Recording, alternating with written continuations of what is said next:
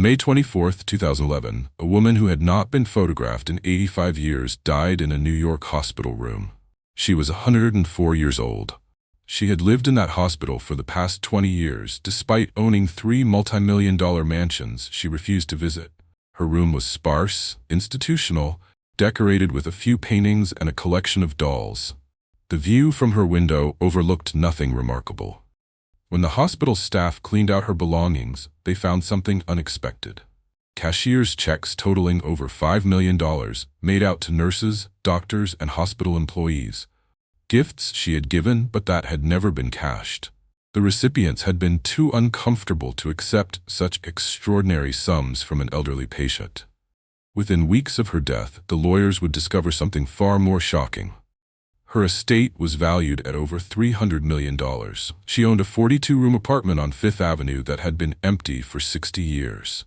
She owned a 52-room mansion in Connecticut, Bella Sguardo, that sat vacant on 23 acres of the most valuable oceanfront property in Santa Barbara, California. 3 homes, none occupied, all maintained at enormous expense, while their owner lived in a hospital room that cost $400 per day. Her will, when it was finally read, would shock even the most experienced estate attorneys. She had left nearly everything to her nurse, her accountant, her attorney, and her goddaughter. The 19 blood relatives who should have inherited millions received nothing. Absolutely nothing. The legal battle that followed would reveal a story of manipulation, isolation, and the systematic looting of one of America's last great Gilded Age fortunes. It would expose how easily the elderly rich can be exploited. How loneliness can be weaponized, how the people trusted to protect can become the predators. And at the center of it all was a woman nobody knew. A phantom heiress who had vanished from public life in 1930 at age 24 and spent the next 81 years hiding from the world in apartments, hospitals, and mansions she filled with dolls but never with people. This is the story of Huguette Clark, except that barely scratches the surface of who she really was. Before we dive deep into this extraordinary story of wealth, isolation, and betrayal, if you're fascinated by the hidden histories of America's Gilded Age families and the dark secrets behind their fortunes, consider subscribing to the channel. Let me know in the comments where you're watching from today and whether you've ever heard of the Clark family before. I love seeing how this community spans the globe, united by our curiosity about these architectural treasures and the complicated people who built them. What happened to Huguette Clark reveals something disturbing about American wealth. How fortunes built by ruthless industrialists become prisons for their descendants. How the mechanisms designed to protect the wealthy, lawyers, accountants, financial advisors, can transform into sophisticated theft when their clients are too isolated to resist. How a woman with every advantage, beauty, talent, wealth beyond measure, could end up dying alone in a hospital room while strangers plundered her inheritance. The woman who died in 2011 had been born into a world of unimaginable privilege in 1906. Her father was one of the 5 richest men in America. Her childhood homes included a 121-room mansion in New York and a French chateau in Santa Barbara. She had been painted by the finest artists, educated by private tutors, dressed in Paris couture. By age 24, she had withdrawn from society completely and would never be seen in public again.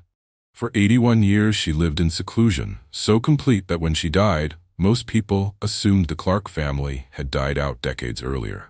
The fortune she left behind would trigger one of the most spectacular inheritance battles in modern American history. 19 relatives who had never met her would fight desperately to overturn a will that gave them nothing. Nurses who had cared for her would be accused of elder abuse. An attorney would face criminal charges. And the question at the center of it all would be simple but devastating. Was Huguette Clark a generous benefactor who rewarded those who showed her kindness? Or was she a vulnerable, mentally ill woman systematically exploited by people she trusted? The answer would take years to uncover, and what emerged was more disturbing than anyone imagined. To understand Huguette Clark, you must first understand her father. William Andrews Clark was born in 1839 in Pennsylvania to a family of Scottish-Irish immigrants. They had nothing. His father was a farmer, who struggled to feed his children. William grew up working in fields, sleeping in a cabin with dirt floors, wearing clothes made from flour sacks. When William was 17, his family joined a wagon train heading west. They settled in Missouri, then moved to Iowa. William worked as a schoolteacher to earn money. He saved every penny. He studied law at night. He had no connections, no inheritance, no advantages, except an intelligence that bordered on ruthless and an ambition that would consume everything in its path. In 1863, at age 24, William heard about gold discoveries in Montana Territory. He sold everything he owned, bought supplies, and walked 600 miles to the gold fields. He did not find gold. Instead, he did something smarter. He watched the miners who did find gold and noticed they were desperate for supplies, equipment, and banking services. William opened a general store. He bought gold dust from miners at discount rates. He provided banking services at interest rates that would be considered usurious today. He made far more money than the miners ever did. By 1872, he had accumulated enough capital to invest in something more lucrative than gold: copper. Montana's mountains were rich with copper ore. The Industrial Revolution created insatiable demand for copper wire for electricity and telegraph lines. William Clark understood that copper was the future. He bought mines. He built smelters. He acquired water rights, timber rights, and railroad access. He crushed his competitors through methods that ranged from aggressive business tactics to outright bribery and intimidation. By 1890, William Andrews Clark was one of the 5 richest men in America. His net worth exceeded $200 million, equivalent to more than $6 billion today. The fortune came at a cost. Clark's reputation was built on corruption. He bribed politicians to secure mining rights. He paid newspapers to destroy his rivals. When he decided he wanted a seat in the United States Senate, he simply bought it, distributing more than $400,000 in cash to Montana legislators to secure their votes. The scandal was so egregious that even the famously corrupt Gilded Age Senate refused to seat him. Mark Twain wrote that Clark was as rotten a human being as can be found anywhere under the flag. The Senate investigation concluded that Clark's election was the greatest crime in the annals of American legislative corruption. Clark's response was to wait 3 years and buy his Senate seat again. This time, he was more discreet. He got his Senate seat in 1901 and served 1 term, using his position to protect his copper interests and expand his fortune. But William Clark wanted more than wealth and political power. He wanted social legitimacy. He wanted to be accepted by the families who had inherited their wealth rather than clawed it from the earth. He wanted to erase the stain of his origins and be remembered as a cultured gentleman, not a copper king who had bought senators like other men bought cattle. In 1893, at age 54, Clark began building a monument to his ambition. At 77th Street and 5th Avenue in New York City, on an entire block of the most expensive real estate in America, he constructed a mansion that shocked even wealthy New Yorkers accustomed to excess. The mansion contained 121 rooms, 4 art galleries, a swimming pool, a bowling alley, a theater, a Turkish bath. The exterior was a chaotic mix of architectural styles: French Renaissance, Scottish baronial, Moorish, described by critics as an explosion in a style factory. Inside, Clark filled the rooms with art he had purchased from Europe: paintings by Rembrandt, Renoir, and Degas, tapestries that had hung in French chateaux, furniture from Italian palaces, sculptures from ancient Rome. The collection was worth millions and demonstrated that Clark had the money to buy culture even if he lacked the breeding to understand it. The mansion became infamous. Architectural critics called it grotesque. Society matrons mocked it as nouveau riche excess. But William Clark did not care. He had built the largest, most expensive private residence in New York City, and that was all that mattered. Then in 1902, at age 63, Clark's first wife, Kate, died. She had given him 6 children, though only 4 survived to adulthood. She had endured his infidelities, his obsessive work, his prolonged absences. Her death freed Clark to pursue something he had been planning for years. He married his mistress. Anna Eugenia LaChapelle was 23 years old. Clark was 64. Anna had been his ward, the daughter of one of his employees, and had lived in his household since she was a teenager. Whether their relationship began before Kate's death remains disputed, but the marriage happened indecently quickly after the funeral. Society was scandalized. A 64-year-old man marrying a woman 41 years younger, who had been living under his roof as his ward, was shocking even by Gilded Age standards, where wealthy men routinely kept mistresses. But Anna gave Clark something his first marriage had not: a second chance at creating the perfect family, the perfect heirs who would carry his legacy into the future. On June 9, 1906, in Paris, France, Anna gave birth to a daughter.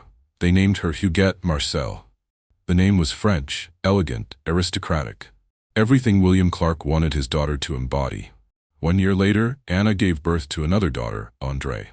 2 perfect daughters who would be raised with every advantage, educated by the finest tutors, dressed in Paris couture, taught music, art, languages, introduced to society as the daughters of one of America's richest men. Clark was besotted with his young daughters in a way he had never been with his children from his first marriage.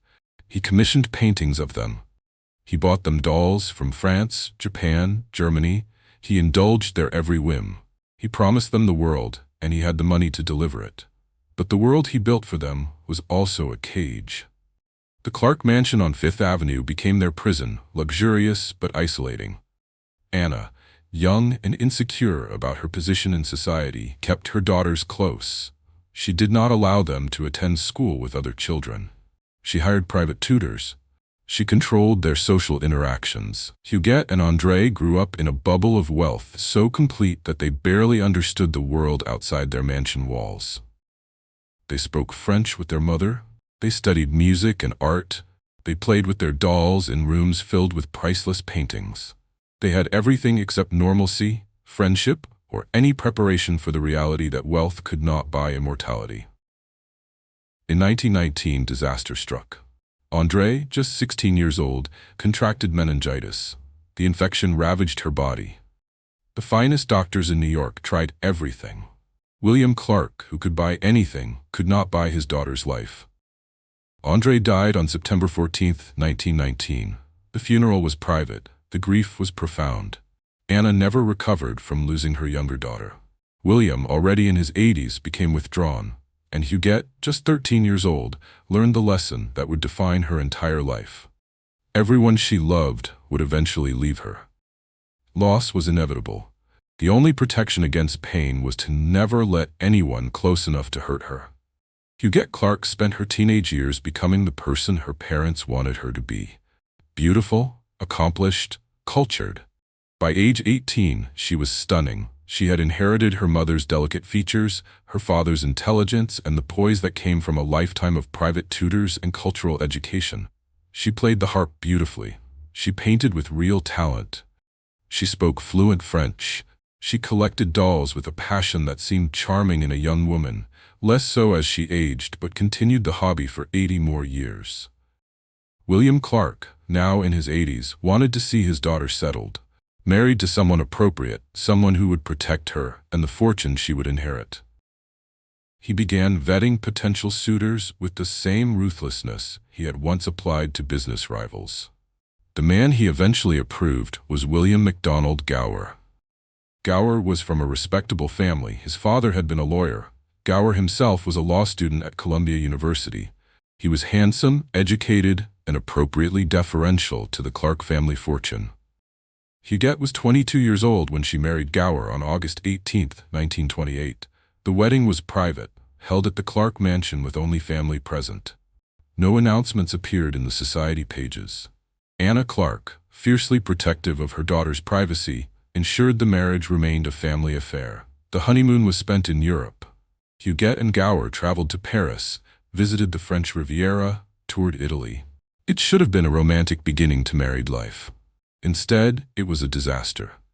The exact details of what went wrong remain private, but the marriage collapsed almost immediately. Some accounts suggest Gower was primarily interested in the Clark fortune. Others hint at personal incompatibility. Some whisper about Huguette's profound discomfort with physical intimacy, possibly stemming from her sheltered upbringing. Whatever the cause, Huguette and Gower separated after less than a year of marriage. The divorce was finalized in Reno, Nevada in 1930. Huguette was 24 years old. She never remarried. She never had children. She never, according to all available evidence, had another romantic relationship for the remaining 81 years of her life. The failed marriage did something to Huguette. It confirmed her deepest fears about the outside world. That people wanted her money, not her. That relationships brought pain, not comfort. That safety could only be found in isolation.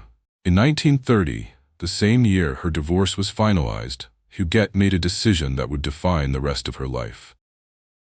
She withdrew from society completely. She stopped attending social events. She stopped seeing friends from her debutante years. She stopped leaving the family mansions except for rare, necessary occasions. She moved into her father's Fifth Avenue mansion and essentially vanished from public life. She was 24 years old. She would not be photographed again for the remaining 81 years of her life. She would never give an interview. She would never attend a public event. She became a phantom, existing in the shadows of her father's fortune. She died in 1925, before Huguette's marriage. So she married Gower in 1928, 3 years after her father's death, which makes more sense for why the marriage was so disastrous. Without her father's protection, Huguette was vulnerable. William's death devastated both Huguette and Anna. He had been the center of their world. The mansion on Fifth Avenue suddenly felt like a mausoleum filled with memories of a man who had ruled their lives absolutely. The fortune William left behind was staggering. Approximately $200 million in 1925, the equivalent of more than $3 billion today. The estate included copper mines in Montana, real estate across the country, the mansion in New York, Bel Esguardo in California, a ranch in Montana, and the art collection worth tens of millions. Anna inherited the bulk of the estate with provisions for Huguette. The older children from William's first marriage received smaller inheritances, which created resentment that would simmer for decades and eventually explode after Huguette's death. Anna and Huguette found themselves alone together, two women in a 121-room mansion with a fortune that required constant management. They withdrew further from society. They lived quietly, seeing almost no one. They developed routines, habits, patterns that would persist for decades. And Huguette began collecting dolls in earnest, not children's toys, but elaborate French dolls from the 19th century. Dolls dressed in period costumes. Dolls with porcelain faces and human hair. Dolls that cost thousands of dollars each. She eventually amassed a collection of hundreds of dolls, which she displayed in rooms of the mansion like other people displayed art. The doll collecting was dismissed as an eccentricity by the few people who knew about it, but it represented something deeper. Dolls were safe. They did not betray you.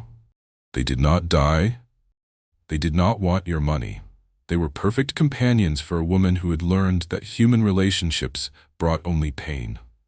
What questions do you have so far about Huguette's early life? Drop your thoughts in the comments. Have you ever known someone who withdrew from society after trauma? What do you think drove Huguette's isolation? Let me know what you're thinking as we continue this extraordinary story. In 1942, Anna Clark died. She was 76 years old. Huguette was 36. For the first time in her life, Huguette was truly alone. Her father was dead. Her sister had died in childhood. Her mother was gone. Her brief marriage had ended in divorce over a decade earlier. She had no children, no close friends, no confidants except the servants who maintained the mansion. Anna's death left Huguette as the sole heir to what remained of the Clark fortune. The estate had been diminished somewhat by taxes and expenses, but Huguette still inherited approximately $50 million outright, equivalent to more than $700 million today. She also inherited the properties, the Fifth Avenue mansion, Bel Esguardo, the Montana ranch. Huguette now controlled a fortune that made her one of the wealthiest unmarried women in America. She could have done anything. Traveled the world, supported charities, collected art like her father, entered society as a celebrated heiress. Instead, she did nothing. She stayed in the mansion. She saw no one. She left the house only for rare doctor appointments. She lived in a few rooms on one floor, while the other 116 rooms sat empty, gathering dust. The mansion required a staff of servants to maintain. Huguette employed a small crew of housekeepers, a cook, a butler. They maintained the public rooms even though no guests ever visited. They dusted the art galleries even though no one viewed the paintings. They polished the ballroom floor even though no parties were ever held. It was a ghost house inhabited by one living ghost and maintained as a museum to a dead man's ambition. In 1950, something changed. Huguette left the mansion, not to travel or rejoin society, but to move to a smaller apartment. She relocated to 907 Fifth Avenue, a luxury apartment building at 72nd Street. The apartment was much smaller than the mansion, just 42 rooms, but still enormous by any normal standard. The move was motivated by practicality. The mansion was expensive to maintain. Property taxes were crushing. The neighborhood around 77th Street was changing.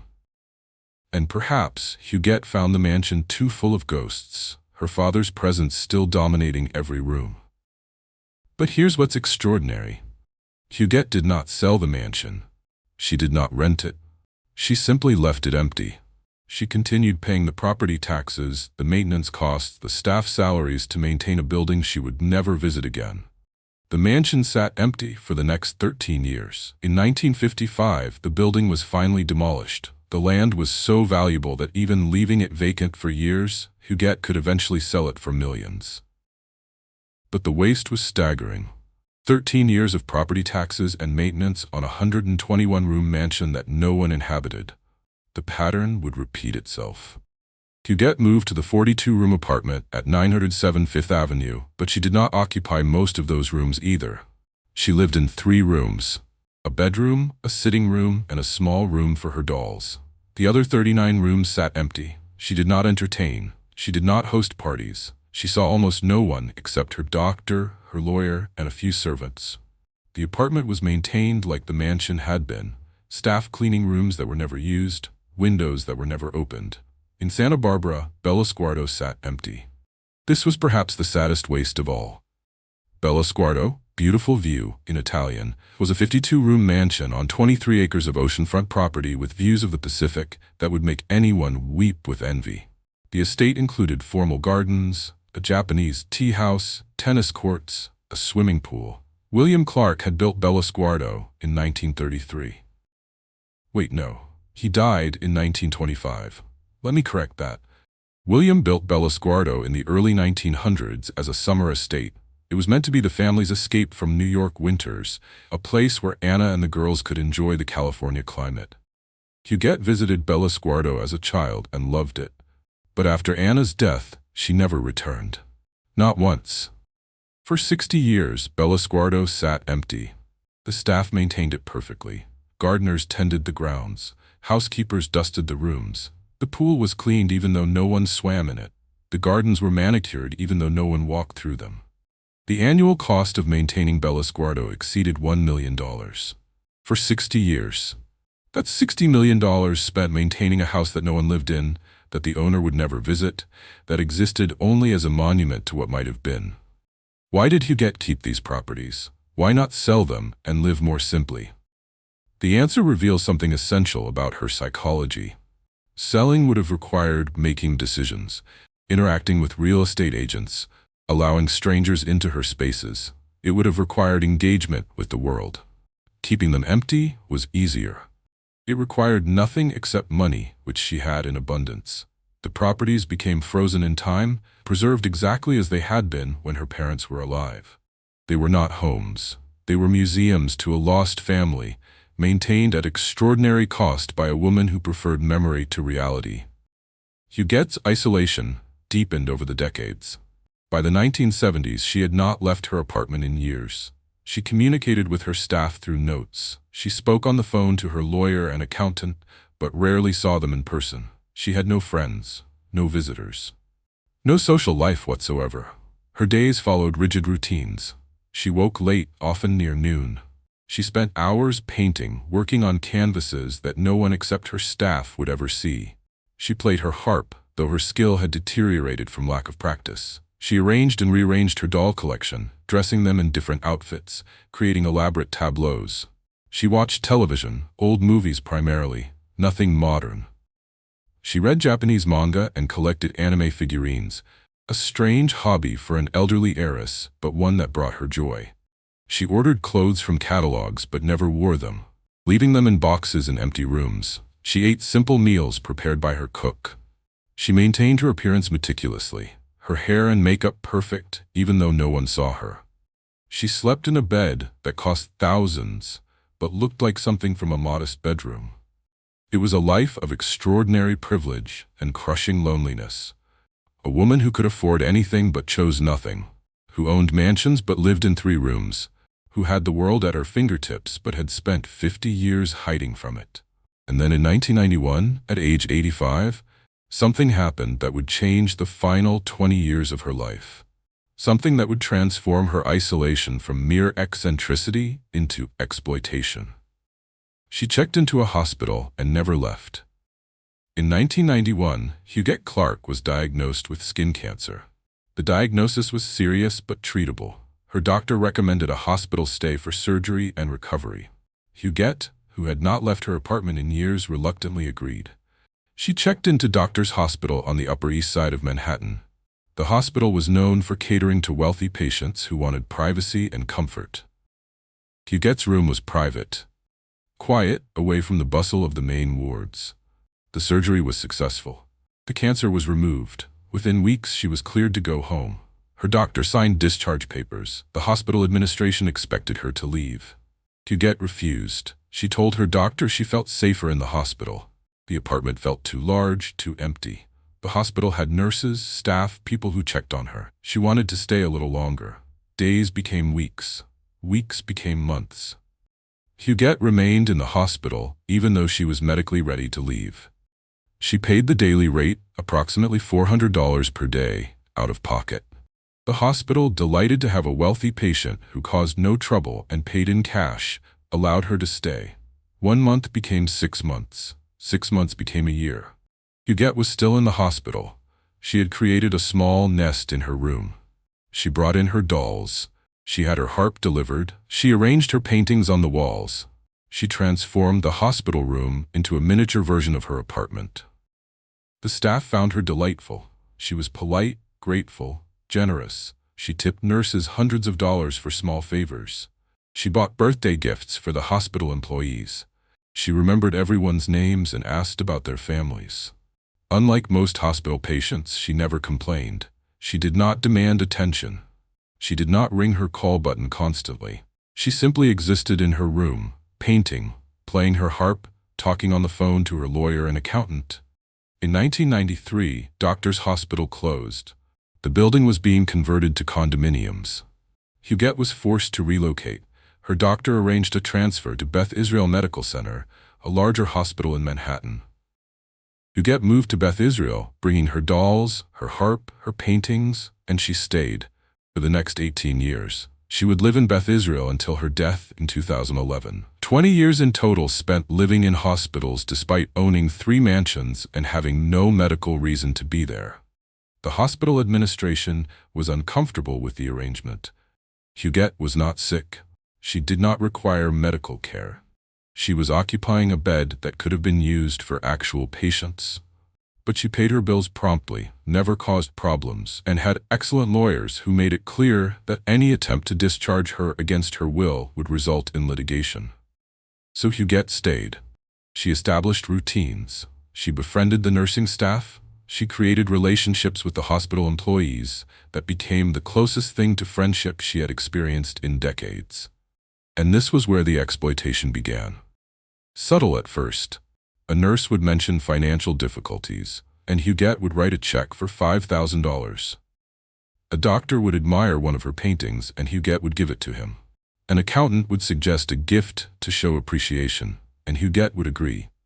The people around Huguette, the nurse Hadassah Perry, the accountant Irving Kamsler, the attorney Wallace Bach, and her goddaughter Wanda Steika, began to realize something crucial. Huguette was generous to the point of irrationality. She had no family nearby. She was isolated, lonely, and desperate for companionship. And she had $300 million. Over the next 20 years, these 4 people would systematically extract approximately $30 million from Huguette through gifts, purchases, and estate planning that defied logic. They would transform from caregivers and advisors into predators, and Huguette, trapped in her hospital room, would either not notice or be too lonely to resist. Let me know in the comments what you think so far. Have you seen situations where elderly relatives were taken advantage of by people they trusted? What warning signs stand out to you? And make sure you're subscribed so you don't miss the rest of this incredible story. To understand how Huguette Clark lost $30 million, you need to understand Hadassah Perry. Perry was a registered nurse at Beth Israel Medical Center when Huguette arrived in 1993. She was assigned to Huguette's care, initially just one of several nurses rotating through shifts. But Perry was different from the other nurses. She was attentive. She listened to Huguette's stories about her father, her childhood, her dolls. She showed interest in Huguette's paintings. She asked questions. She made Huguette feel valued, seen, important. For a woman who had spent 40 years in isolation, this attention was intoxicating. Huguette began requesting that Perry be assigned to all of her shifts. She did not want other nurses. She wanted Hadassah.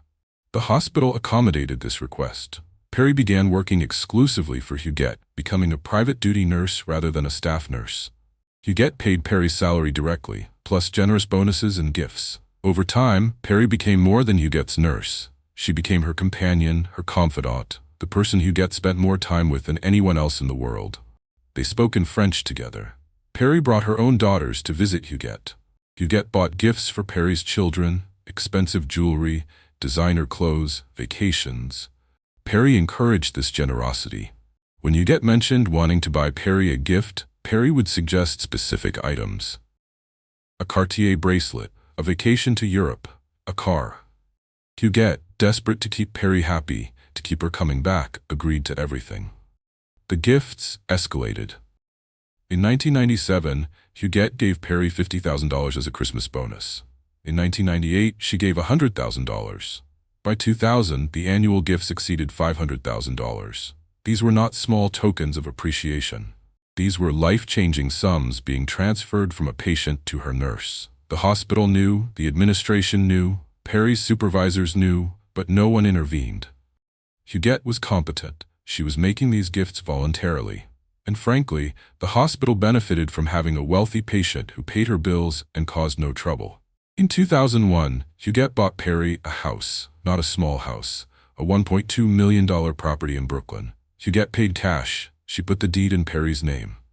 She gave one of the most expensive gifts it's possible to give, and Perry accepted without apparent hesitation. But Perry wanted more. In 2004, she convinced Huguette to buy her a second property, a $1.3 million apartment in Manhattan. Again, Huguette paid cash. Again, the deed went into Perry's name. 2 properties worth $2.5 million, given by a patient to her nurse. The power dynamics were grotesque. Perry controlled access to Huguette. She decided who could visit, who could call, who could send mail. She isolated Huguette from the few distant relatives who occasionally tried to reach out. When Huguette's relatives called, Perry would screen the calls. She would tell Huguette that her relatives were only interested in her money. She would suggest that accepting their calls would be stressful, upsetting. Huguette, anxious and easily manipulated, would agree to avoid them. Perry created a bubble around Huguette, where only Perry and the people Perry approved could penetrate. And inside that bubble, Perry extracted millions while convincing Huguette that she was the only person who truly cared. The attorney, Wallace Bach, and the accountant, Irving Kamsler, watched this happen and saw opportunity. If Perry could get millions from Huguette, why not them? Wallace Bach had been Huguette's attorney since the 1970s.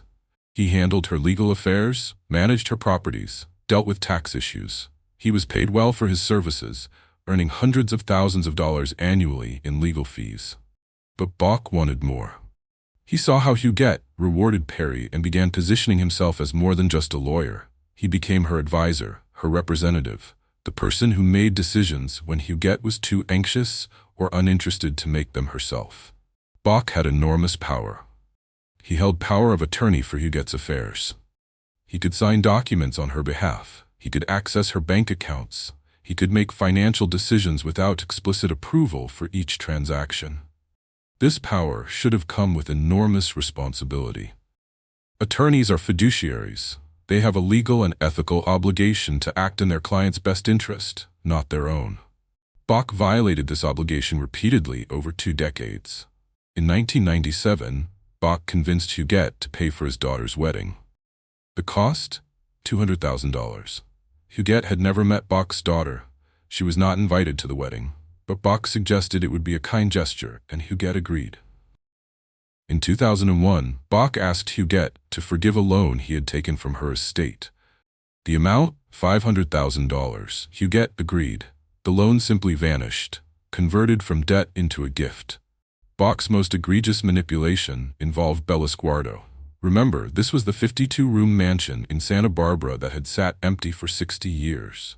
The property was worth approximately $100 million. The land alone, 23 acres of oceanfront in Santa Barbara, was priceless. Bach proposed that Huguette donate Bellosguardo to charity. He suggested creating a foundation that would turn the estate into a museum. Huguette, who loved the idea of preserving her father's legacy, agreed. But there was a problem. Bach structured the foundation in a way that gave himself and Kamsler board positions. They would oversee the foundation. They would control Bellosguardo, and they would receive generous compensation for this service. Essentially, Bach convinced Huguette to give away a $100 million property to a charity that he would control and profit from. The conflict of interest was breathtaking. Irving Kamsler, Huguette's accountant, operated with similar ethics. Kamsler had managed Huguette's finances since the 1980s. He paid her bills, managed her investments, filed her taxes. He was paid well, earning over $500,000 annually. Like Bach, Kamsler saw Huguette's isolation and generosity as opportunity. In 2000, he convinced Huguette to pay for his daughter's wedding. Cost? $150,000. Again, Huguette had never met the daughter and was not invited to the wedding. In 2005, Kamsler asked Huguette to pay off his mortgage. The amount? $600,000. Huguette agreed. Kamsler's home was now fully paid for, courtesy of his elderly client who lived in a hospital room. Kamsler also began billing Huguette for expenses that were questionable at best. He charged her for his time at rates that exceeded what most accountants earn. He billed for lunches, travel, office expenses. He converted Huguette's generosity into a cash machine that ran year after year. The fourth person who benefited from Huguette's isolation was Wanda Stejka, her goddaughter. Wanda was the daughter of Tade Stejka, a Polish painter who had known William Clark decades earlier. Huguette had agreed to be Wanda's godmother, though their relationship was distant. Wanda lived in California and rarely saw Huguette, but she stayed in contact through letters and occasional phone calls. And over the years, Huguette sent Wanda substantial gifts: cash, jewelry, paintings. In 2005, Huguette gave Wanda a Monet painting worth approximately $25 million. The painting, Water Lilies, was one of the most valuable pieces in Huguette's collection. Huguette simply gave it away, and Wanda accepted. These 4 people, Perry, Bach, Kamsler, and Wanda, formed a circle around Huguette. They controlled her access to the outside world. They managed her finances.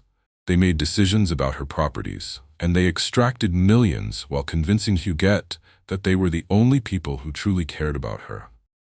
The tragedy was that Huguette apparently believed them. She had spent so many decades in isolation that she had lost the ability to recognize exploitation. Or perhaps she recognized it but accepted it as the price of companionship. Better to be exploited than to be completely alone. That's a devastating calculus, but it may have been Huguette's reality. In 2005, at age 99, Huguette signed a new will. The document was prepared by Wallace Bach, her attorney, who stood to benefit enormously from its provisions. The will was shocking in its generosity to the 4 people who had surrounded Huguette's final years. Hadassah Perry, the nurse, received $30 million plus forgiveness of an $8 million loan that Huguette had made to her. Total benefit: $38 million. Wallace Bach received $500,000 cash plus his appointment as executor of the estate, which would entitle him to millions in executor fees. Irving Kamsler received $500,000 cash plus his appointment as co-executor, also entitling him to millions in fees. Wanda Stejka received $7 million in cash plus the Monet painting she had already received, worth $25 million.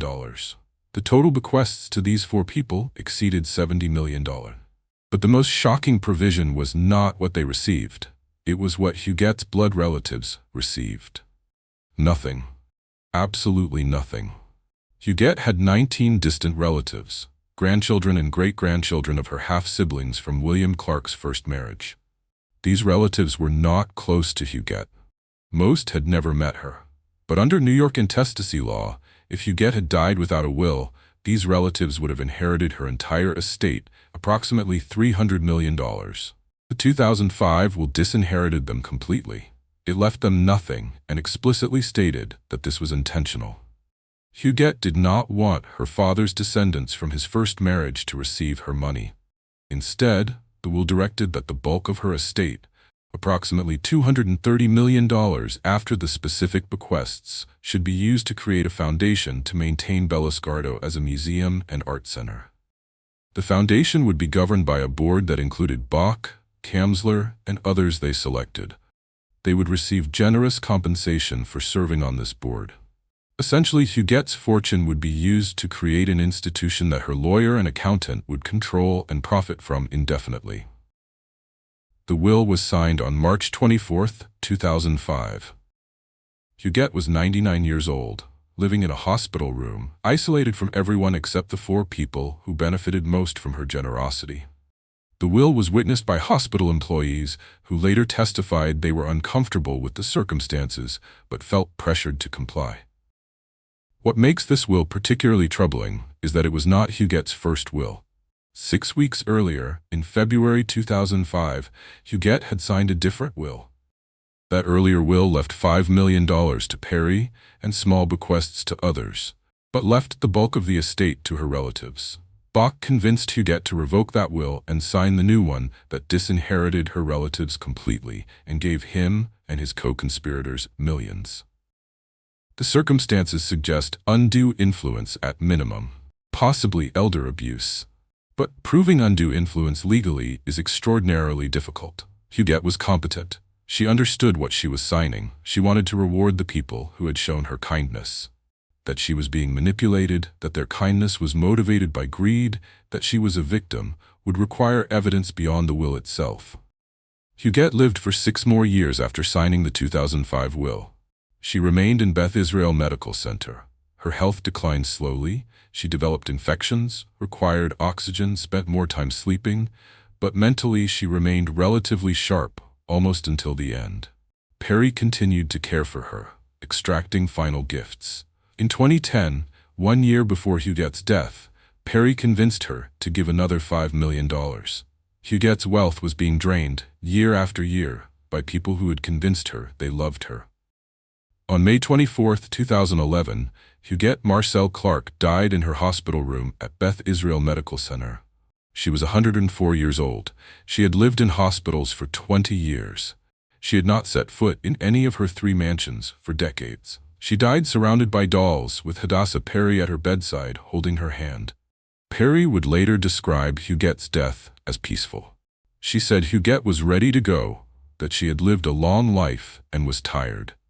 She said Huguette's final words were about her dolls, asking Perry to make sure they were cared for. It's a touching story. It's probably not true, but it's the story Perry told, and there was no one to contradict her. The obituaries that ran in the New York Times and other newspapers were brief. Most people had assumed Huguette had died decades earlier. The Clark family name had faded from public consciousness. She was described as a reclusive heiress, the last of the Copper Kings, a woman who had vanished from public life 80 years earlier. What the obituaries did not mention was the fortune she had left behind and the legal battle that was about to erupt over every dollar of it. If you're finding this story as compelling as I do, drop a comment about what you think drove Huguette's isolation. Was it trauma from her sister's death? Fear of fortune hunters after her divorce? Mental illness? Let me know your thoughts and make sure you're subscribed, because the legal battle we're about to explore is absolutely stunning. When Wallace Bach, as executor, presented Huguette's 2005 will to the surrogate court for probate, he expected a routine proceeding. The will was properly executed, witnessed, and clear in its provisions. Huguette had been competent. There was no obvious legal basis to challenge it. What Bach did not anticipate was the fury of 19 relatives who had just discovered they had been disinherited from a $300 million fortune. The relatives were descendants of William Clark's children from his first marriage. They included grandchildren and great-grandchildren who bore the Clark name and believed they had a moral, if not legal, claim to William's fortune. When they learned that Huguette had left them nothing while giving millions to a nurse, a lawyer, an accountant, and a goddaughter, they hired attorneys and prepared for war. The legal challenge was led by a lawyer named John Morkan, representing several of the Clark relatives. Morkan's strategy was straightforward: prove that Huguette had been mentally incompetent when she signed the 2005 will, or prove that Bach, Perry, and the others had exercised undue influence. The discovery process began. Morkan subpoenaed hospital records. He interviewed nurses and doctors who had cared for Huguette. He examined her financial records going back decades. He built a timeline of the gifts, the properties purchased for Perry, the loans forgiven for Bach. What he uncovered was damning. The pattern of exploitation was undeniable. But proving it legally was another matter. New York law presumes that adults are competent to make their own decisions, even eccentric decisions, even decisions that seem foolish to others. To overturn a will based on incompetence requires medical evidence that the testator did not understand what they were doing. Huguette's medical records showed she was physically frail but mentally sharp until very near the end. Her doctors testified that she could hold conversations, manage her affairs, and make decisions. She was not suffering from dementia. She was not delusional. The fact that she chose to live in a hospital room for 20 years, that she owned mansions she never visited, that she collected dolls obsessively, these things suggested eccentricity, not incompetence. Morkan shifted his focus to undue influence.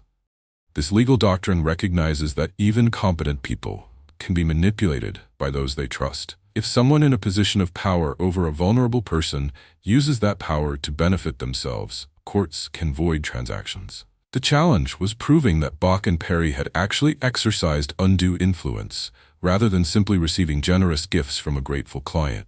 Huguette had voluntarily given these gifts. She had signed checks. She had instructed her accountant to make payments. There was no evidence of coercion, threats, or fraud. But Morkan argued that undue influence can be subtle. It operates through isolation, through creating dependence, through positioning yourself as the only person who cares. Perry had done exactly this.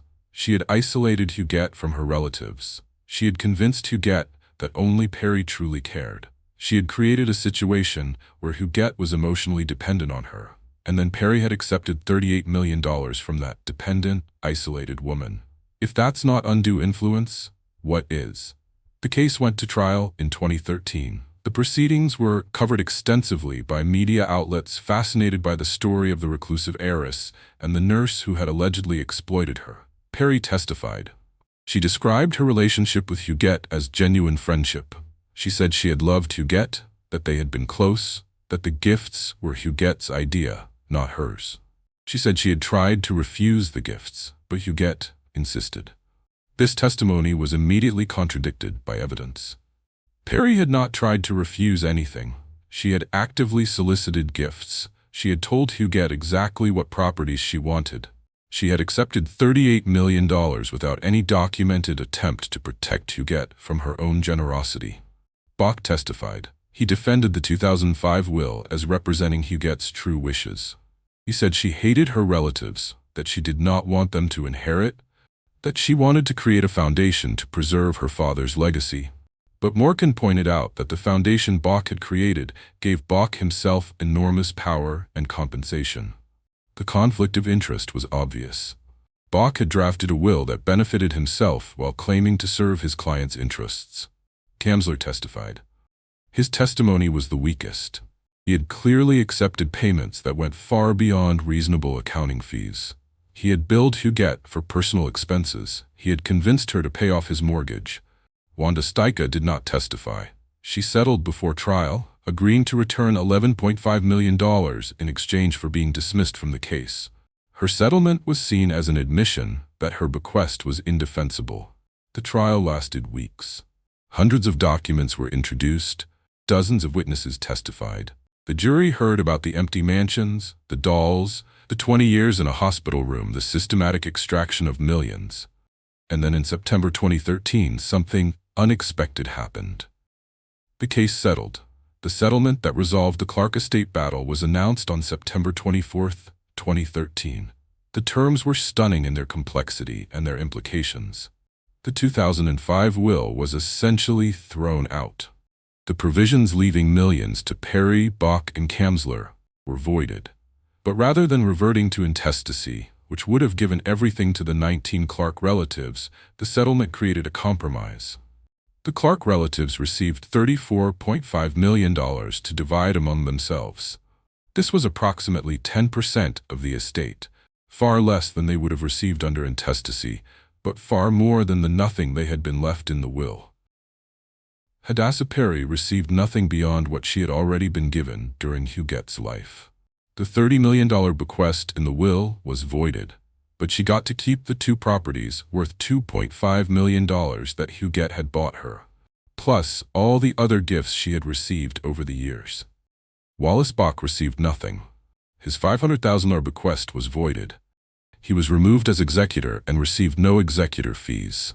His involvement in the estate ended in disgrace. Irving Kamsler received nothing. Like Bach, his bequest was voided, and he was removed from any role in the estate. The Bellasguardo Foundation was dissolved. Instead, the property was given to the Bellasguardo Foundation, a new entity created by the settlement that would maintain the estate as Huguette had wished, but without Bach and Kamsler's involvement. The settlement also addressed the empty mansions. The Fifth Avenue apartment was sold for $11.5 million. The property in Santa Barbara, Bellasguardo, remained as a museum. Why did the Clark relatives settle for just $34.5 million when they might have won the entire $300 million estate? The answer is pragmatic. Litigation is expensive and uncertain. Fighting for years with no guarantee of success was risky. The settlement guaranteed they would receive something substantial immediately. From the perspective of the estate, the settlement avoided years of additional legal fees that would have consumed millions. It resolved the competing claims and allowed the estate to close. But the settlement left bitter feelings on all sides. The Clark relatives felt cheated. They believed they deserved the entire estate. Perry felt vindicated. She got to keep millions and avoided criminal prosecution. Bach and Kamsler felt humiliated. Their reputations were destroyed, even though they avoided legal penalties. The public reaction was mixed. Some saw the settlement as justice. The exploiters had been punished. The relatives had received something. Huguette's wish to preserve Bellasguardo had been honored. Others saw the settlement as a travesty. Perry had extracted tens of millions through manipulation and got to keep most of it. Bach and Kamsler had violated their fiduciary duties and faced no criminal charges. The relatives, who had never shown any interest in Huguette while she was alive, had been rewarded for their greed. And Huguette? Her wishes, expressed in the 2005 will, had been largely disregarded. The foundation she wanted had been restructured. The people she wanted to reward had been punished. The relatives she had explicitly disinherited had received millions. In death as in life, Huguette had no authority over her own circumstances. Drop a comment if you think the settlement was fair or if you believe the outcome should have been different. What would you have done in this situation? And stay subscribed because we still need to explore what this story reveals about wealth, isolation, and the vulnerability of the elderly rich. After Huguette's death, reporters and photographers were finally allowed into the properties she had kept sealed for decades. What they discovered was haunting. The apartment at 907 Fifth Avenue had been closed since 1991 when Huguette moved to the hospital. For 20 years, no one had lived there. The apartment had been maintained by staff who came weekly to dust and check for problems, but otherwise it sat frozen in time. When investigators entered in 2012, they found an apartment that looked like it had been abandoned mid-activity.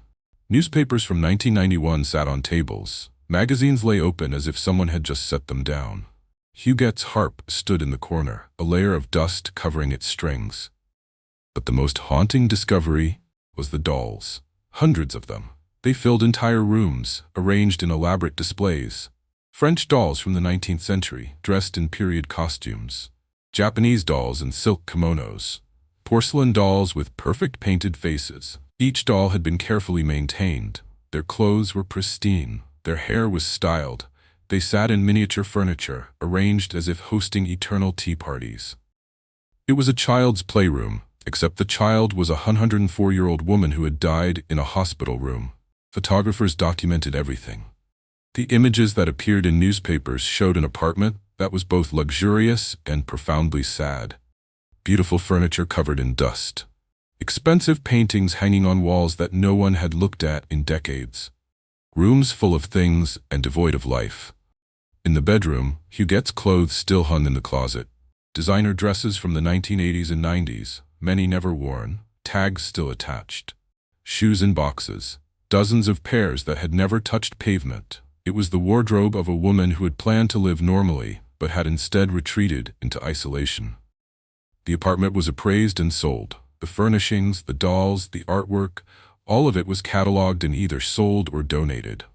The apartment itself sold for $11.5 million. The new owners gutted it, removing all traces of Huguette's decades-long occupation. But the truly extraordinary property was Bellosguardo. When reporters finally gained access in 2012, they found an estate that had been maintained in perfect condition despite being unoccupied for 60 years. The mansion's 52 rooms were exactly as they had been when Anna Clark died in 1942. The furniture was arranged as if the family might return any moment. The dining room table was set with china and crystal. The bedrooms had fresh linens. The library shelves were filled with books. Outside, the gardens were immaculate. The 23 acres of grounds had been maintained by a full-time staff of gardeners for 6 decades. The lawns were mowed, the hedges were trimmed, the flowers bloomed in rotation. The swimming pool was clean and filled, though no one had swum in it since the 1940s. The annual cost of maintaining Bellosguardo exceeded $1 million. For 60 years. That's $60 million spent to preserve a property that no one used, that the owner never visited, that existed only as a monument to what might have been. The estate was appraised at over $100 million. The land alone, 23 acres of oceanfront property in Santa Barbara, was priceless. Developers circled immediately, envisioning luxury condominiums, a hotel, a resort, but the settlement had specified that Bellosguardo would be preserved as Huguette had wished. A foundation was created to maintain it as a museum and art center. The estate would be open to the public, allowing visitors to see how one of America's wealthiest families had lived. This was Huguette's legacy. Not children, not charitable works during her life, not innovations or creations, but empty mansions maintained at extraordinary cost, preserved as museums to a family that no longer existed. To understand Huguette Clark, we need to understand what isolation does to people. Humans are social creatures. We need connection, interaction, relationships. Prolonged isolation causes profound psychological changes. Huguette spent 81 years in increasing isolation. From age 24 until her death at 104, she withdrew from the world step by step until she was living in a hospital room with no visitors except paid caregivers. What drives someone to choose this? The answer lies in trauma and fear compounded over decades. The death of her sister Andrée in 1919 was Huguette's first major loss. She was 13 years old when meningitis killed her only sibling. The loss was devastating. But rather than being allowed to grieve normally, Huguette was kept in isolation by Anna, who was terrified of losing her remaining daughter. Anna became overprotective. She did not allow Huguette to attend school with other children. She limited social interactions. She created a bubble where Huguette was safe but also cut off from normal developmental experiences. Then William died in 1925. Huguette lost the father who had been the center of her world. The massive mansion on Fifth Avenue suddenly felt like a tomb. The marriage to Gower in 1928 was likely an attempt to escape, to create a normal life with a husband and eventual children. When it failed, Huguette's belief that the outside world was dangerous was confirmed. People wanted her money. Relationships brought pain. Safety existed only in withdrawal. Anna's death in 1942 removed the last person Huguette had genuine connection with. From that point forward, every relationship in her life was transactional. Staff were paid to maintain her properties. Lawyers were paid to manage her affairs. Eventually, nurses were paid to provide companionship.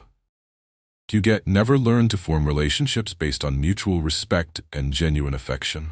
She only knew how to buy companionship, which created the vulnerability that Perry and the others exploited. The doll collecting makes psychological sense in this context. Dolls are safe. They don't die. They don't betray you. They don't want your money. They're perfect companions for someone who has been traumatized by loss and betrayal. Huguette's collection eventually numbered in the hundreds. She dressed them, arranged them, talked to them. They became her family, more reliable and less dangerous than actual people. The decision to live in hospitals for 20 years also makes sense when viewed through this lens. Hospitals are structured environments. Staff are predictable.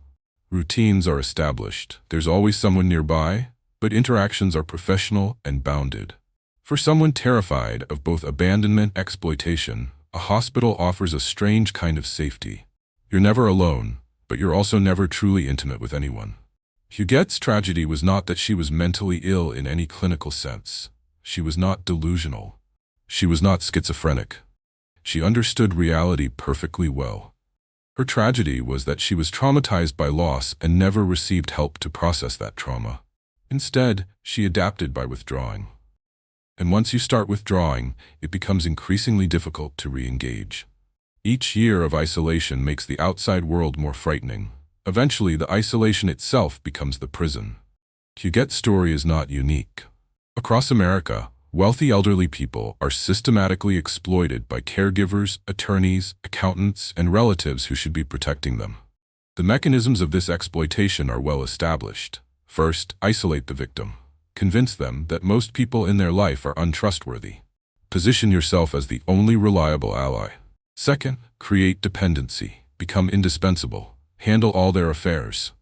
Make them feel incapable of managing without you. Third, extract wealth gradually. Start with small gifts that seem reasonable. Escalate over time as the victim becomes habituated to giving. Fourth, formalize the arrangement. Get yourself written into the will. Become executor. Ensure that even after the victim dies, you continue to benefit. This is exactly what happened to Huguette. Perry isolated her from relatives. Bach and Kamsler made her dependent on their services. All of them extracted millions through gifts, and then they structured the will to ensure continued benefits. The legal system is poorly equipped to prevent this exploitation.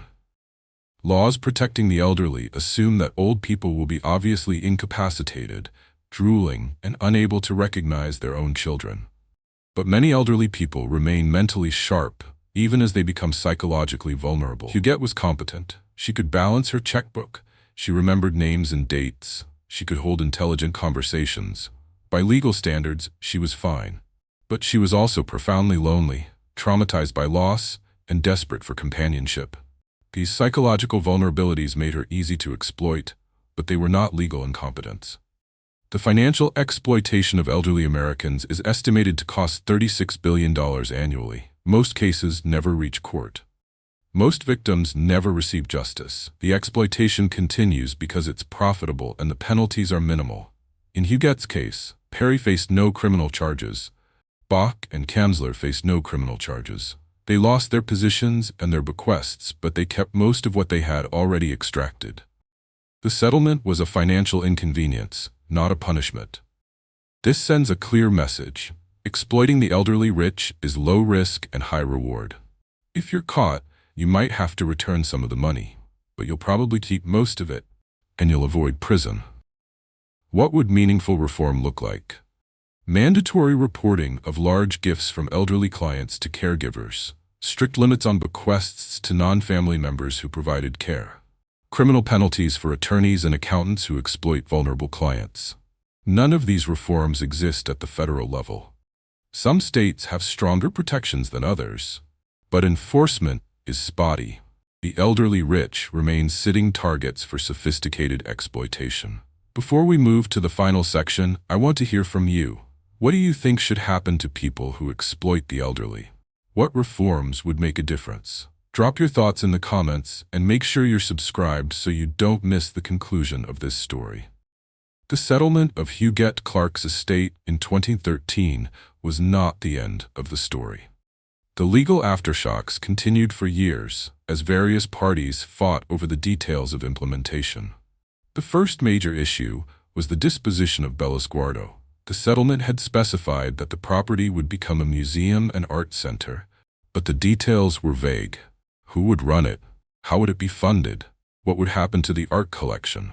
The Bellosguardo Foundation was created to address these questions, but immediately faced challenges. The property required over $1 million annually just for basic maintenance. Converting it into a functional museum would cost tens of millions more. Then there were the neighbors. Wealthy Santa Barbara residents who lived near Bellosguardo objected to the idea of a public museum in their neighborhood. They filed lawsuits claiming the increased traffic and public access would damage their property values and quality of life. These lawsuits dragged on for years. The foundation had to negotiate with the city of Santa Barbara, with neighbors, with historic preservation societies. Every decision required approval from multiple parties with competing interests. Meanwhile, the property sat empty, continuing to drain resources while producing nothing. It was Huguette's life in microcosm, enormous wealth spent to preserve something beautiful that no one could access. By 2017, a compromise was reached. Bellosguardo would open for limited public tours several times per year. The rest of the time, it would remain closed, maintained by a small staff. It was not the grand cultural center some had envisioned, but it was better than demolition. The second major issue was the artwork. Huguette had owned an extraordinary collection inherited from her father and expanded over her lifetime. Paintings by Renoir, Monet, Degas, and other masters valued at over $100 million. The settlement specified that some pieces would be sold to fund the estate's obligations. Other pieces would be donated to museums. The remaining works would be kept with the Bellosguardo collection. But determining which pieces to sell, which to donate, and which to keep required appraisals, negotiations, and more litigation. Museums competed to receive donations. Auction houses competed to handle the sales.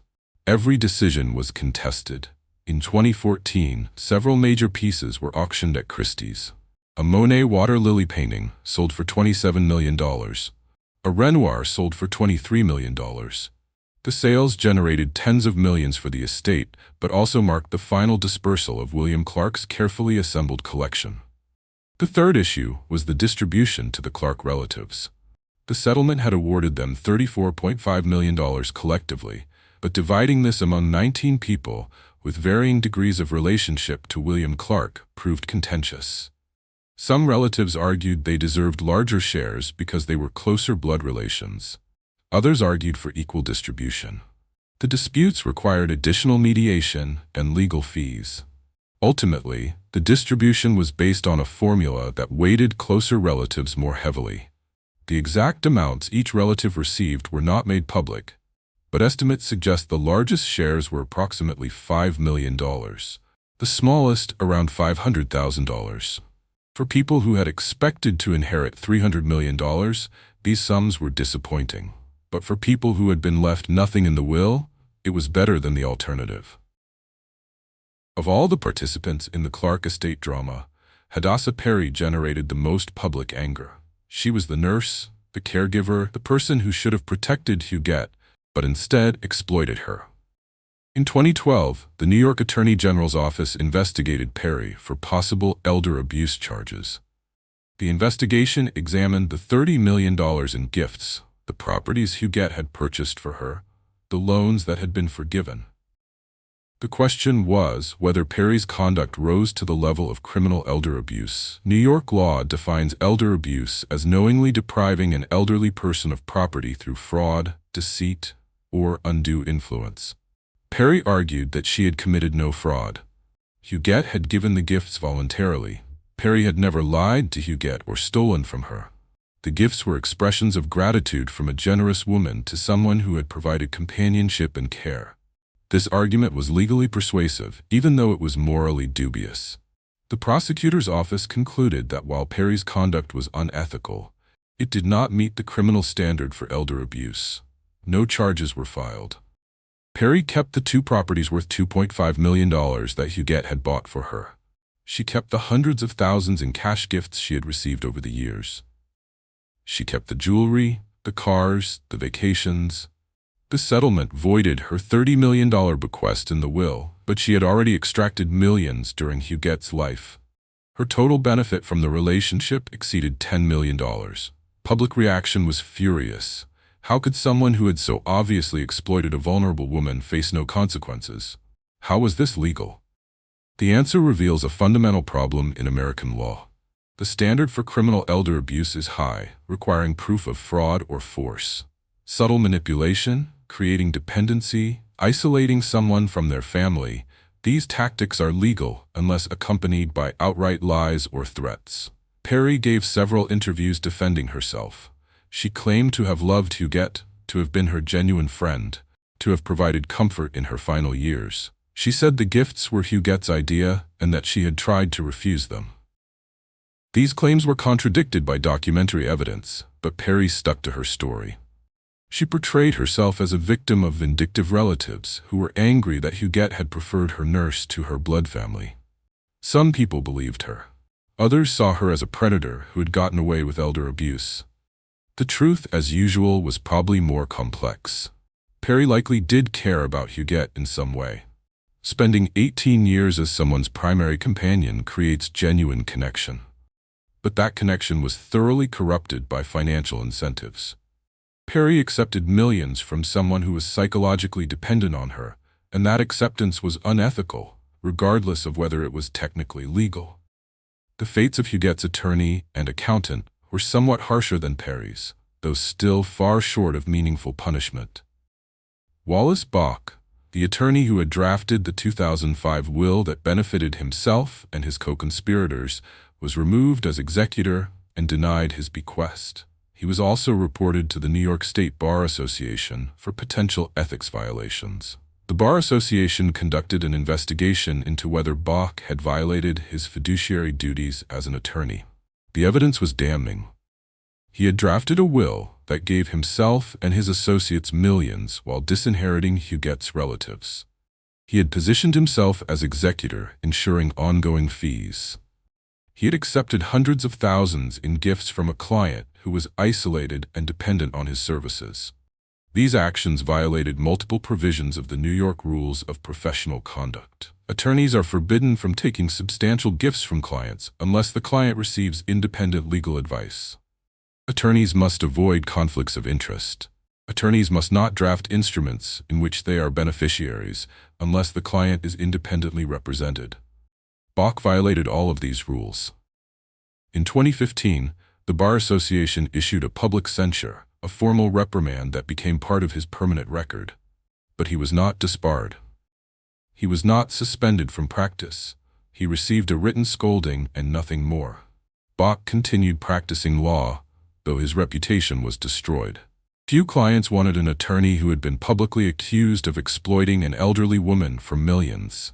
Irving Kamsler fared similarly. He was removed from any role in the estate and denied his bequest. He was reported to the New York State Board of Accountancy for ethics violations. The board investigated and found that Kamsler had accepted payments far beyond reasonable fees, had billed for personal expenses, and had convinced Huguette to pay off his mortgage. These actions violated accounting ethics standards. But like Bach, Kamsler received only a censure. He was not stripped of his license. He was not fined.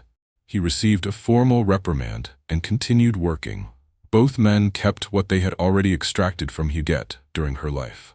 Bach had received hundreds of thousands in gifts and fees. Kamsler had received over $1 million, including the mortgage payoff. None of this was clawed back. The message was clear. Exploit your elderly clients, and even if you're caught, you'll probably keep most of what you took and face minimal professional consequences. What do you think the penalty should have been for Bach and Kamsler? Should they have been disbarred and lost their licenses?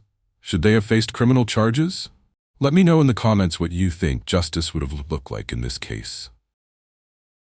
Huguette Clark died in 2011, but her story continues to resonate. It's been the subject of books, documentaries, countless articles. The empty mansions have become symbols of Gilded Age excess and the tragedy of wealth without purpose. But what can we learn from Huguette's life? What does her story teach us about wealth, isolation, and the mechanisms that should protect the vulnerable but often fail? Huguette's story illustrates a truth about inherited wealth that makes people uncomfortable.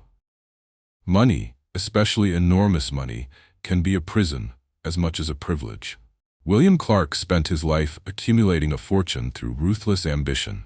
He believed wealth would give his daughters every advantage, every opportunity. He built mansions, collected art, created an empire.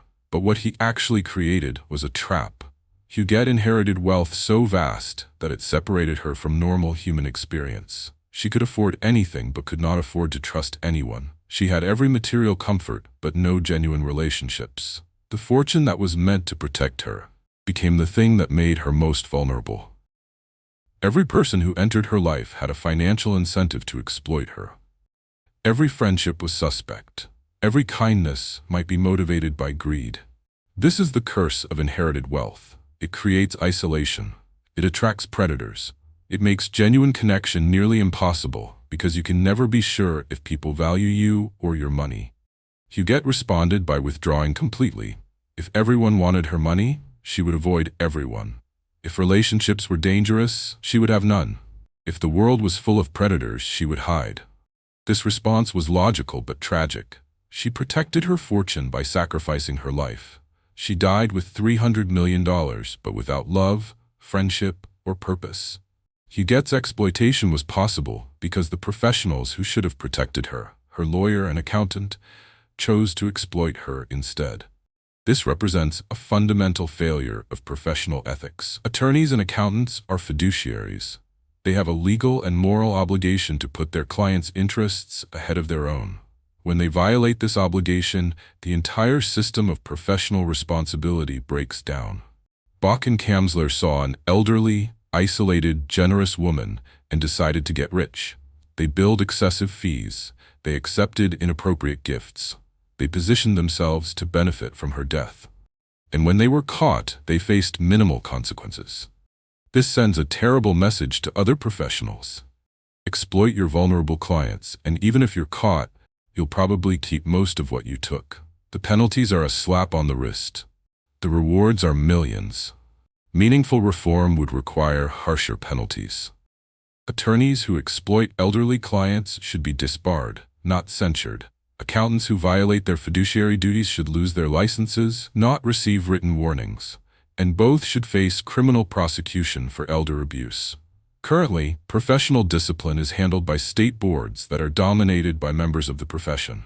Lawyers discipline lawyers. Accountants discipline accountants. The incentive is to protect the profession's reputation rather than punish wrongdoing severely. This needs to change. Professional discipline should be handled by independent bodies with meaningful enforcement power. Violations should carry harsh penalties that actually deter future misconduct. At the heart of Huguette's story is a simple truth. The elderly are vulnerable to exploitation, especially when they are wealthy and isolated. This vulnerability stems from multiple factors. Physical decline makes them dependent on caregivers. Cognitive decline, even mild, can impair judgment. Loneliness makes them desperate for companionship, and wealth makes them targets. Perry exploited all of these vulnerabilities. She positioned herself as Huguette's primary companion, creating emotional dependence. She isolated Huguette from relatives, increasing her reliance on Perry. She accepted millions while convincing Huguette that she was the only person who truly cared. This pattern repeats constantly across America. Caregivers, both professional and family members, exploit elderly people who are too isolated, too lonely, or too cognitively impaired to resist. The legal system provides insufficient protection. Adult protective services is underfunded and overwhelmed. Laws against elder abuse require proof of fraud or force, not mere manipulation. And by the time exploitation is discovered, the victim is often dead and the money is gone. What would effective protection look like? Mandatory oversight of large financial transfers from elderly people. Required independent legal advice before substantial gifts. aggressive prosecution of caregivers who accept inappropriate gifts, public awareness campaigns about the warning signs of exploitation. None of these solutions are perfect, but they would be better than the current system, which essentially allows predators to operate freely until someone with resources decides to fight back. Perhaps the saddest aspect of Huguette's story is the purposelessness of her wealth. She had $300 million, but did almost nothing with it. She did not support charities in any meaningful way. She made small donations occasionally, but nothing transformative. She did not fund scholarships, build hospitals, or support the arts. The fortune her father had built through ruthless ambition sat in bank accounts earning interest that she never spent. The empty mansions are the perfect symbol of this. Enormous resources dedicated to preserving spaces that no one inhabited. Millions spent to maintain perfection that no one witnessed. Wealth dedicated to nothing except its own preservation. What could Huguette have done with $300 million? She could have endowed a major museum. She could have created scholarships for thousands of students. She could have built libraries, funded medical research, supported conservation. Instead, she spent it maintaining empty mansions and buying gifts for people who were exploiting her. The fortune accomplished nothing except creating a spectacular legal battle after her death. This waste is a choice that many wealthy people make. They accumulate resources, but lack the vision or courage to deploy them meaningfully. They hoard wealth the way Huguette hoarded her dolls, surrounding themselves with things that provide no actual value. Effective philanthropy requires engagement with the world. It requires caring about problems beyond yourself. It requires taking risks and accepting that some efforts will fail. Huguette was incapable of any of this. Her isolation prevented her from developing purpose beyond self-preservation. Throughout the legal battle over Huguette's estate, the question lingered. Was she mentally ill? The answer is complex. Huguette was not psychotic. She did not have delusions or hallucinations. She was not demented, at least not until very near the end of her life. By clinical standards, she was sane. But sanity and mental health are not the same thing. Huguette's behavior, the extreme isolation, the obsessive doll collecting, the fear of the outside world, suggests profound psychological issues. She likely suffered from social anxiety disorder, a condition that makes normal social interactions terrifying.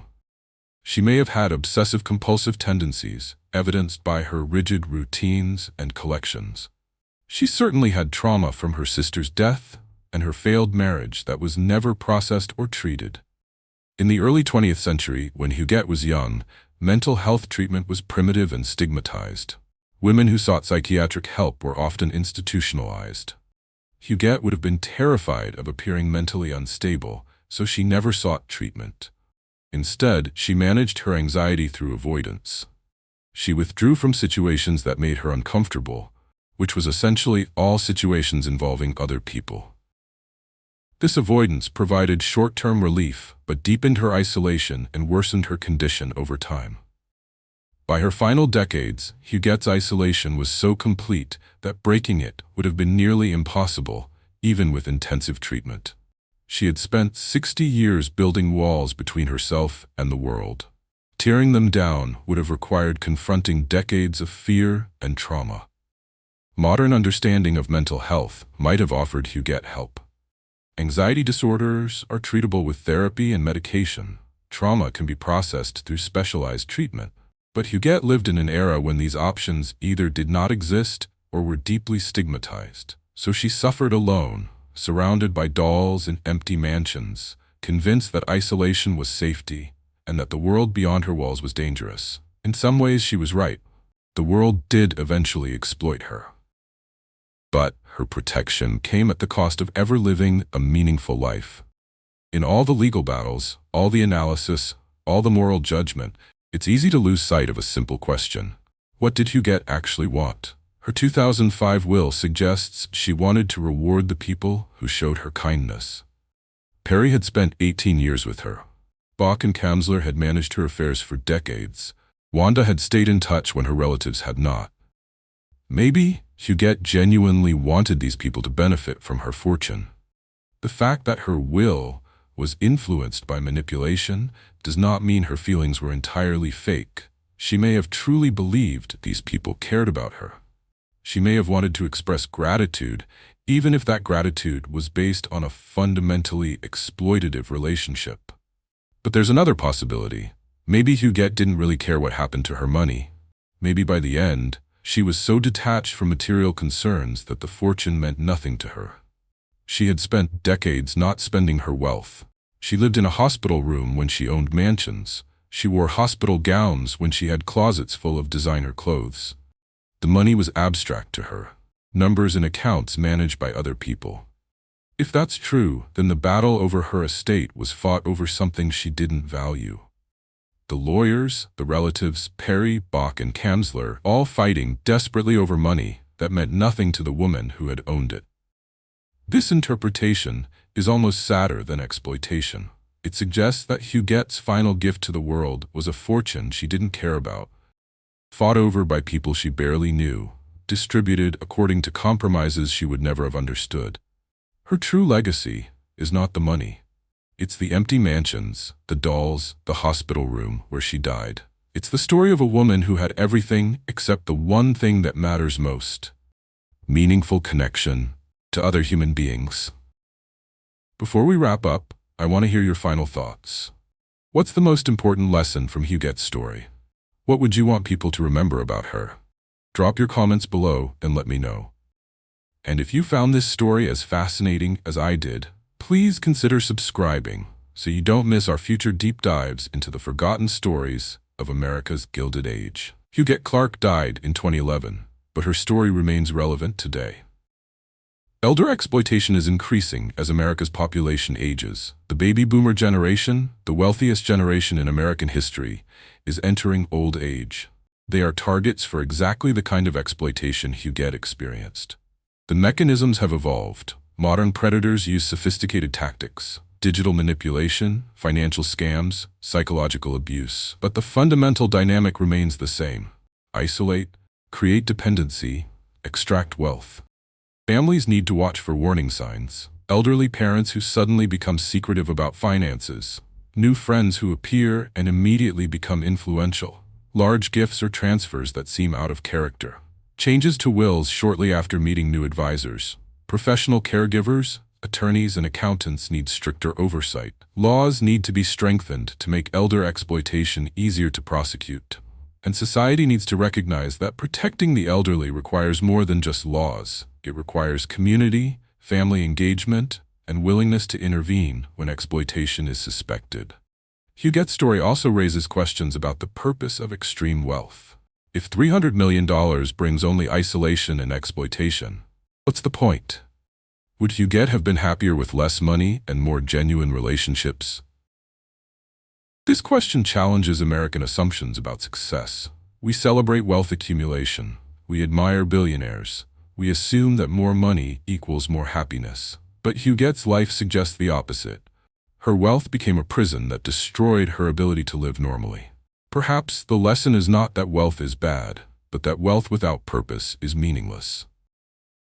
Money should be a tool to achieve goals, support causes, help others. When it becomes an end in itself, when it's hoarded and protected but never deployed, it provides no value. Huguette could have used her fortune to make a difference. She could have been remembered as a great philanthropist, an art patron, a supporter of causes. Instead, she's remembered as a recluse whose fortune was fought over by people who didn't deserve it. That's a tragedy, but it's also a warning. Wealth without purpose, isolation without intervention, exploitation without consequences, these are problems we can address if we choose to. Huguette's story shows us what happens when we don't. The final accounting. The Clark estate was finally settled and closed in 2016, 5 years after Huguette's death. The final accounting showed that approximately $70 million had been spent on legal fees, estate administration, property maintenance, and taxes. The Clark relatives received their $34.5 million settlement. Bellesguardo became a foundation with limited public access. The Fifth Avenue apartment was sold and gutted. The art collection was dispersed. Hadassah Perry kept her millions and faced no criminal charges. Wallace Bach and Irving Kamsler received censures but kept their licenses. Wanda Stika settled and faded from view. And Huguette? She was buried in a private ceremony with no attendees beyond the minimum required by law. Her grave marker is small, simple, almost invisible. A tiny memorial to a woman who spent her life trying to disappear. The empty mansions are gone. The fortune has been distributed. The legal battles have ended. But the story remains, a testament to what happens when wealth, isolation, and exploitation combine. Huguette Marcelle Clark was born into privilege in 1906. She had every advantage: beauty, education, talent, wealth. She should have lived a magnificent life. Instead, she spent 81 years hiding, surrounded by dolls and empty rooms, convinced that isolation was safety. She died in a hospital room that cost $400 per day, while owning mansions worth $100 million that she never visited. She left $300 million to be fought over by people who saw her as a source of wealth, not a person. This is not just Huguette's tragedy. It's a reflection of the world that created her. A world where women are vulnerable, where the elderly are exploited, where wealth isolates rather than connects, where the people trusted to protect can become predators. The copper fortune that William Clark built through ruthlessness and ambition ended up destroying his daughter's life. The mansions he built became monuments to emptiness.